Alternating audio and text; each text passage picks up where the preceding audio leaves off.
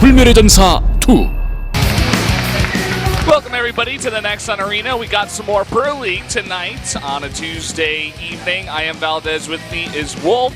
Glad to have you joining us, everybody. And how are you doing today, Wolf? I'm doing great. Much better than the Afreeca at 0-2 and -3 here in round 2. But they're up against Samsung, who actually is at currently the same exact score. So we'll see who comes out on top of it. It should be one of our closer matches. Starting things off with a Protoss versus Protoss, Deer, and Super.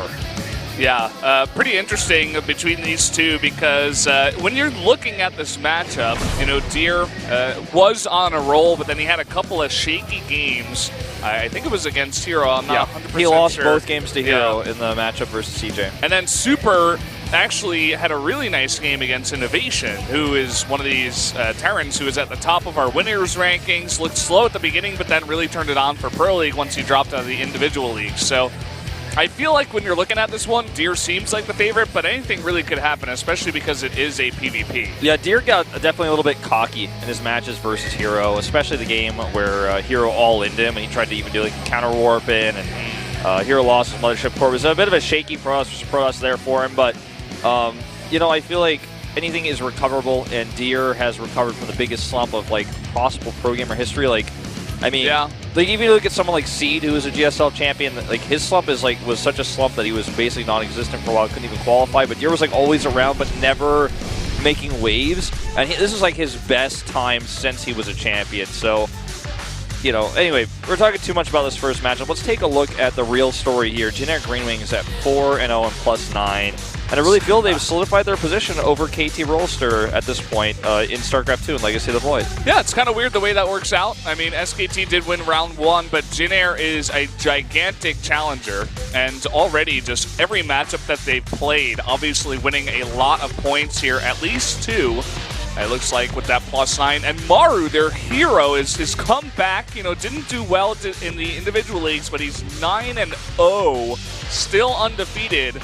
The only one on this this first page of the winners ranking.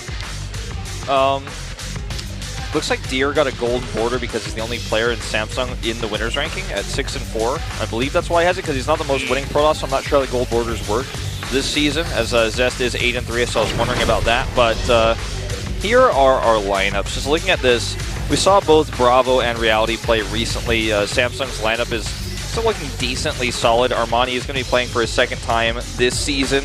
But he's up against Patience, who had a bit of a rough run recently. But Bomber, man, Bomber, I didn't have faith in him at the beginning of this season, but he's just winning match after match after match, and it should be a great TVT there. Yeah, that's the thing about Bomber. We just didn't have faith in him, but he just kept winning to the point where he forced us to have faith, and all those Bomber fans at home are like, yeah, he's winning again, finally. And he really is looking a lot better. So I'm looking forward to his games.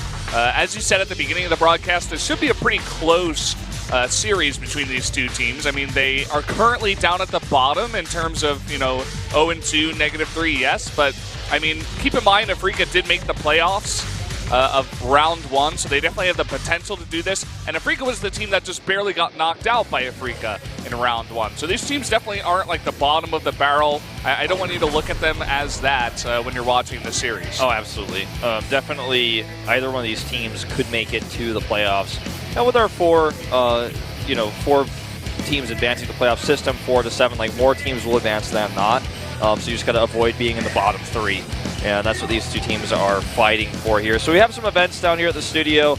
But most important thing is it's free. You don't have to reserve a ticket or anything like that. Just show up. We got popcorn and soda and orange juice and like all sorts of other snacks down here as well now at the studio. So come up to the second floor and grab that. It looks like it's called the T-World Bar is what they're calling it now. As this tournament is sponsored by SK Telecom, and T-World is one of their brands. I think that's the name of their stores, actually, when you do go to it. So it makes sense that that's the T-World Bar. Definitely come on down and get some snacks. There's also an APM contest thing next to the bar as well, where you can test your reaction speed. Yesterday, DTR and I did play during the break between the two matches, and I was #1 until the very end of the night where someone passed me. I didn't get to see who it was, but GTR was also like top 3. Ooh, so I want to try that. I want to see if I can do that. Let's see if I can beat you guys, or someone has beaten you guys. But let's see what this first matchup has in store. Deer, now it's 6-4. He was at 6-2 or even 6-1 at some point, but he's lost a bunch in a row. And as you said, looking cocky in the PvPs against Hero. I think those losses, though, will bring him back down to earth. Crushing Losira in the GSL as well, you know, just in the round of 8, like making it look easy. So Bopperino'd, man, that was not close. Not even close at all. So I think his mindset is still definitely there. And his confidence, maybe his overconfidence can sometimes be a weakness, but I feel like maybe the losses versus Hero kind of brings him back to reality a little bit. He's 5-2 versus Super. Super been around since the oldest of old times. He was like on Nex as Nex Vampire and traveled through many teams before he ended up back here on the Freaks. Was on MVP for a while there as well. And someone who has a lot of experience in the booth himself. Let's take a look at the predictions as you and I are leading their percentages. Looking down at the Korean commenters to see if they recognize us. Looks like they're Chaster is just a little bit upset about his results, but they don't think they mentioned us. But yeah, you and I are leading the pack. But there's so many upsets in this round that we haven't even hit 60 here, so it's been pretty crazy. We had last week was that week where we were just like, why are all the players that are supposed to win not winning, right? And it really does reflect. I'm glad you do point that out. Still getting close to 60%. I have confidence tonight. Yeah, and, we could break it. We could do it. I think we can do it. And a lot of the other casters have some wonky voting, too. I know that Kanata went for all Samsung tonight, which is very interesting, given that I think a lot of these matchups are definitely Afreeca Freaks' favor. But we'll see how that works out. You know, maybe Samsung could pull out that 3-0. Anything really could happen, especially after last week. That is for sure. But guys, let's jump into game number 1 on Orbital Shipyard for this PvP.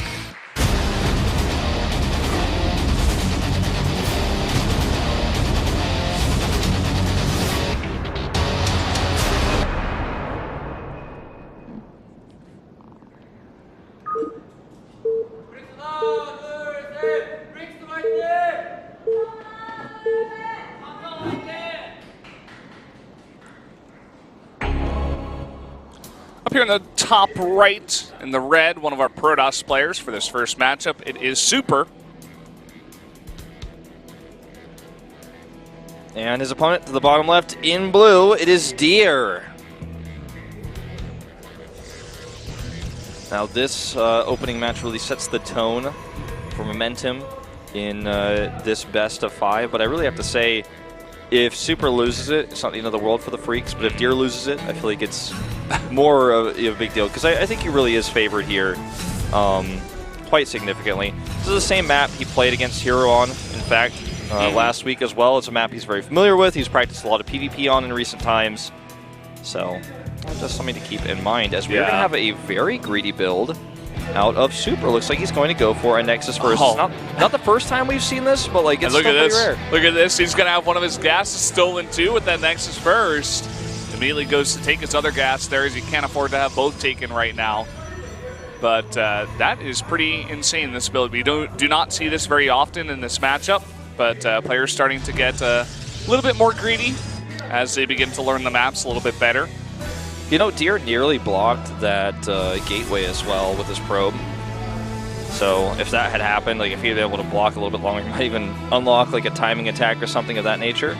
Let's see what he does back at home to respond to this. He's already got his core on the way. And, you know, if he can attack with an early adept pressure, that's going to be difficult to deal with for Super. It's also going to give him a good scout. But I don't think he's actually going to all in here or try to punish this like too hard, because of how the nature of Legacy of the Void works, and Legendary Cores can come out, you use photon overcharges to hold. Still a greedy build nonetheless, and obviously Deer knows because of this, he's not going to be dealing with any Oracles anytime soon. Like, he's very safe. There's nothing to be afraid of. Yeah, I mean, look at the build already out of Deer. He actually builds a Zealot. I think maybe he was building that and he cancels it here in favor of the Adept. And he's going for a very fast Mothership core that's going to be chrono boosted out here. It looked like his Cybernetic score was slightly delayed but compared to the cybernetics core of Super, of course, with the Nexus first build, he is going to have a much later mothership core and tech here. Yeah, finally, the Zealot coming out here for Super to push this gas away, and there's the Stargate coming down for Deer. 2 Stalkers on the way, and there's the Nexus being planted finally here for Deer as well. It's very difficult for Super to find out what's going on because he has no sentry, his mothership core is late, and obviously there's a tight wall at the front, so any probe that he sent across the map, like the one that he attacked the pylon with, won't give him any information. This Shade will see the double Stalker, and he probably will just cancel it and leave. There's see if he commits to the... oh, he's actually going to commit to some economic damage here. Doesn't focus too well, but is going to get 1 probe, damaging the other 2, and not the kind of damage he was looking for there. Trades in a depth for 1 probe and denied mining on only 2 probes. So very nice micro so far from Super. Now the mothership core comes in here. He's right on top of a pylon, needs to recall immediately. Yeah, definitely a very aggressive move there with the mothership core. Wanted to see if he could find any sort of tech.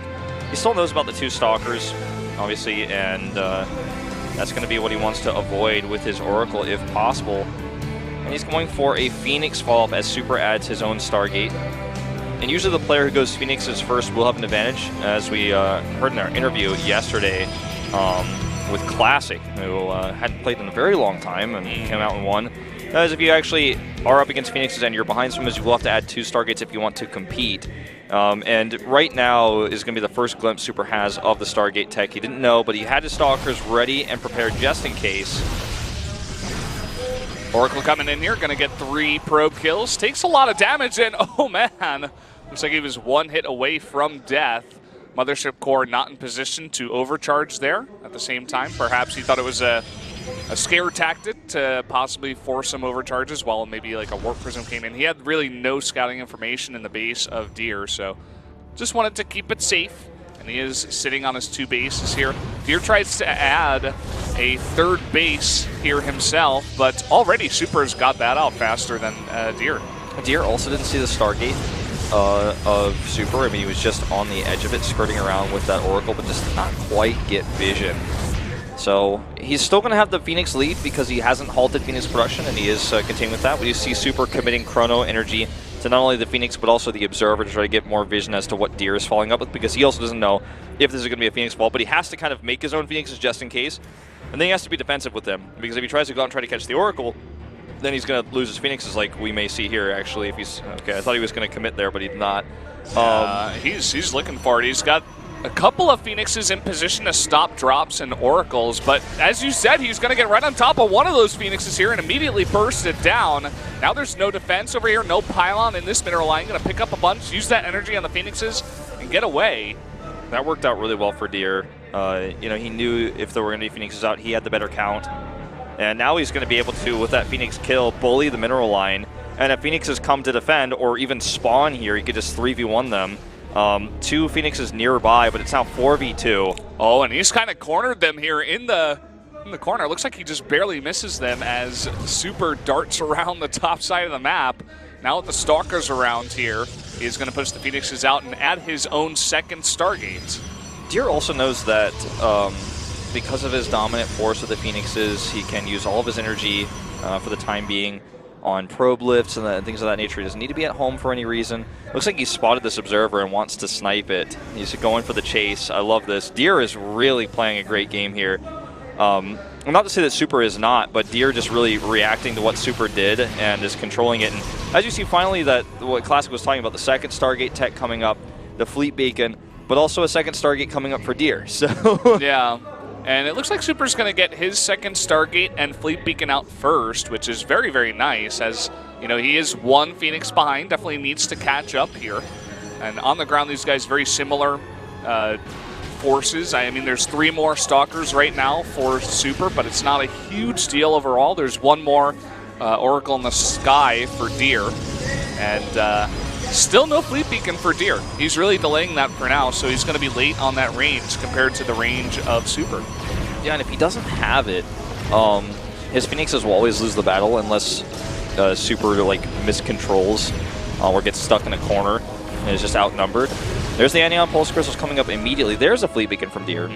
it's not going to be like the end of the world. They didn't have it right away, because I don't think we're going to see a big Phoenix commitment by either player anytime soon. I would like to see +1 come out for either player. +1 armor is not even always a bad choice for your Phoenixes or even the shields, because Phoenixes do dual attacks. And we haven't seen a Phoenix PvP like this in a few weeks, really, where it goes like crazy Phoenix versus Phoenix. Yeah, the last one that I believe that we saw, I mean, I didn't get to catch the VODs of last night's game as I was casting a different game, not our Starcraft. Not our beloved Starcraft, no! He was casting the card stone. The cards with Artie McFarty. It was great. But I am back here. It was fun. But either way, I didn't get to catch that game between Classic and Zest. I saw the results and was very surprised. It was basically Classic just outplayed him with greedy opening and then did a follow-up attack versus Zest tried to go Phoenixes but didn't have enough of them, didn't realize that Classic had like a great economy and had a ton of gateways powered up with like his Charge Zealot Archon Force with better ground upgrades, and Zest didn't build a gateway wall or anything. That was basically the long and short of it. Yeah, because I didn't see that one. I wasn't sure if it was a Phoenix game, but the last one we saw before that was Zest versus Hush, which was utter domination by Zest over Hush. Like, he got ahead in Phoenixes and then just constant harassment, picking up stalkers. It was just out of control. Looking at what these two guys are working on building right now, it's like Deer stopped Phoenix production briefly to get Charge and +2. Super's getting Blink, but he's making more Phoenixes right now. A Mothership is on the way for Deer, though, which we saw him use against Hero in that Ace match, actually, which he was ahead in, and many people would argue he should have won that game, but made a few too aggressive of choices at the late game. He's also planted some stasis wards. If this army gets caught, it could be disastrous. There's none here. I'm actually liking the position of Super right now. He has that +1 about to finish up. The Mothership is not finished either. So a +1 for air for Super is going to be fantastic when you have this many Phoenixes. And he's going to go for the attack right as +1 finishes. Yeah, he's not 100% sure exactly how many Deer has in that big clump, but overall a pretty even fight so far. Some feedback's going off here, but I don't know if it's going to be enough to turn the tide of the battle. That Sentry definitely not going to be it. Mothership's nearly done, and an Archon will finish morphing. It means it's going to be tougher for Super to commit here, but I think he definitely got the better trades there. As you guys can see, those stasis wards I was talking about, as well as a cannon. The ground army now, looking at it, it's Stalkers on the ground for Super, whereas Deer has gone for the more traditional Zealot-heavy composition with Archons and Charge, and I like what Deer is building better. It's just been more successful. Yeah, the Stalkers do more anti-air, but the ground army is really going to be the big problem, especially once Archons start getting out of those Phoenixes. They can't lift Archons, and they're not going to last very long in a fight. Yeah, the Archons are going to be the problem for sure. I mean, you can get rid of the Archons with your Stalkers, but with that many Zealots with +2 against no ground upgrades right now for Super, you're going to be in a bit of trouble. I mean, Deer doesn't want to take this kind of fight, losing a couple of his Zealots here in the middle of the map, but if those were grouped up with the rest of his army, definitely could be a bit hard for Super to deal with here. Yeah, catching those Zealots that were going for the harass is pretty big. Obviously going to cost Deer a bit of a chunk of his bank. And he still looks like he wants to fight. He has the Mothership, which means vision is going to be very important. He's continuing to plant stasis wards, which I really do like. I think stasis wards are going to be the future of any matchup with late game Protoss, just because of how much value they can give you, and they're free. They're just energy spent, and they're close. They give you vision. It's like, it's great. It's just like another use, another part of utility that's given to the Oracle, same as this Revelation. So now he's going to know where all of those Phoenixes are at all times here for about a minute or so. And it looks like he does want to go for this attack. The army of Super's not all in position, but the charge is used there on the building. Yeah, it's on cooldown right now. The Forge is being chronoed here. He's trying to get those upgrades out. If he loses that, he's always going to be behind in ground upgrades. Looks like Deer is just going to poke here. Wants to get that Archon, it looks like, even trying to use his Mothership to target it down. Ooh. Yeah, look at that. Super using a big amount of his attacks from the Phoenixes on the Mothership core, and here we go. Deer is committing to this, and it looks like he wants to take the battle in the sky. Another big warp in here from Super on the ground from those Zealots, but still very close. But look at this, the Phoenix is lifting everything that's left of Super as he does win that air fight. He wins the air fight because of the tanking of the Mothership, as you mentioned, the dodging with the cloak, and also just the fact that he had too many Archons won him the ground fight overall. And look at this, High Templar coming in for big feedbacks, but it's not going to matter. They all get picked up here. And with just another round of reinforcements, this game should end in Deer's favor, taking now a 60 supply lead. Yeah, and there you have it. I mean, that was just really, really nice control from Deer in that fight. Having the ground upgrade also did help out, but GG! Deer does take game number 1 for Samsung. He was just a few seconds away from finishing +3 as well. I mean, think of that. The Stalkers that we saw from Super there could have worked in another fight maybe, where he was behind buildings or just a little bit better protected. But Stalkers just don't usually work out versus Charge Zealots, especially new Charge Zealots in Legacy of the Void, because they can't micro against them. Zealots just overpower them. They're cheaper, they're more cost efficient, they're more easily replaced.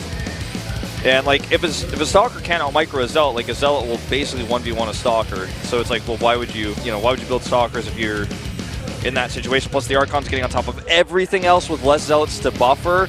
Means the Stalkers and the Phoenixes at the same time are being hit by Archon fire. And I really liked how Deer controlled that. He was like, he was trying to dodge Phoenix shots with a cloak field and tanking of Phoenix shots with a mothership to engage like that. Then also basically like targeting down that Archon, making sure it was gone. And he's like, well, I've got like 4 Archons, you have none. You were trying to get some more in, but you're too slow. Very well done.